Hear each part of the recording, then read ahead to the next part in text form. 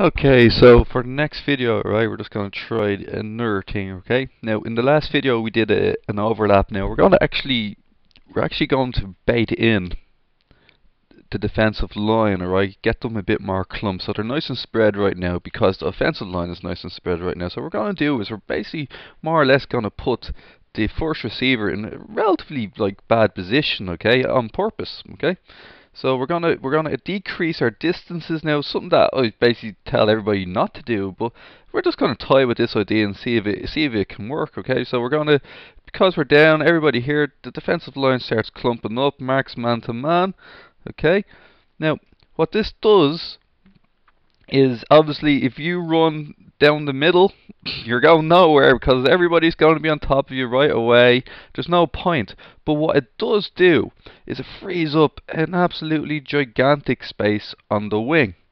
Okay, this wing is wide open. Very common, I see this in beginners game, and the reason for this is just the way the beginners set up, way too close to each other. Okay, so even if you're a more advanced team, sometimes you might want to just actually, do you know what? I'm gonna chalk up this line for a minute. Okay. No, let me see that I take out somebody that I wasn't meant to. Everybody's matched up. Okay, so we're going to try this. Now what we're going to do is we were to do the first pass straight out to the first person here. Completely useless. They run down onto the ball. Okay, and the marker's right on top of them. The defensive line is also right on top of them. Okay, so there's no point in that. Okay, so what I'm suggesting is this system here.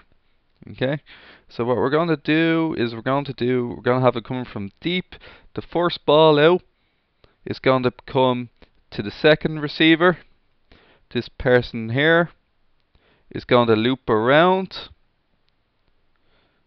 these two here. Because this winger space is now taken, they're going to shift out, and both of them are going to shift out like so.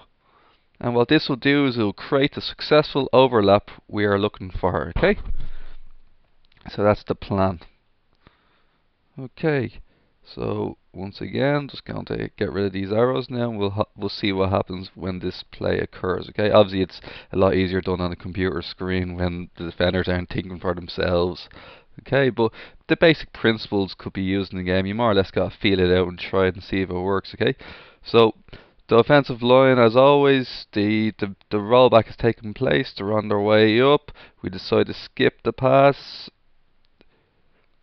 directly out to the second receiver who's running onto the ball quite fast. Okay, we're going to go straight. Always go straight. I cannot estimate the importance of going straight. Okay, now the defensive line has responded and are moving up accordingly, going, alright, this is going to be relatively easy. Okay, now the marker has been taken out of the game because he's two defenders down. Okay, so what you can do then is you can basically, he's going to loop around, okay, and they're going to keep running straight together.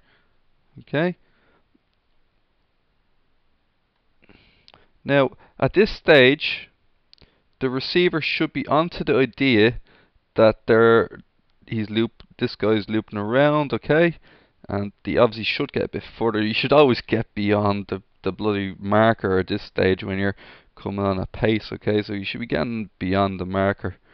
Okay, now we're hitting at this stage here. Okay, and what we're going to say here is this guy's coming in. These guys need to spread out, start running at their diagonals. Okay, now what you can do now is basically another skip pass out, run straight forward again, just running at this marker here, and then a basic bargain basement pass out to the wing. Very easy play to do. It'll rip a beginner's team apart. You'll always see them getting beaten on the wing just because their defensive line is too narrow. Okay, so that's a good ploy to pull if you can.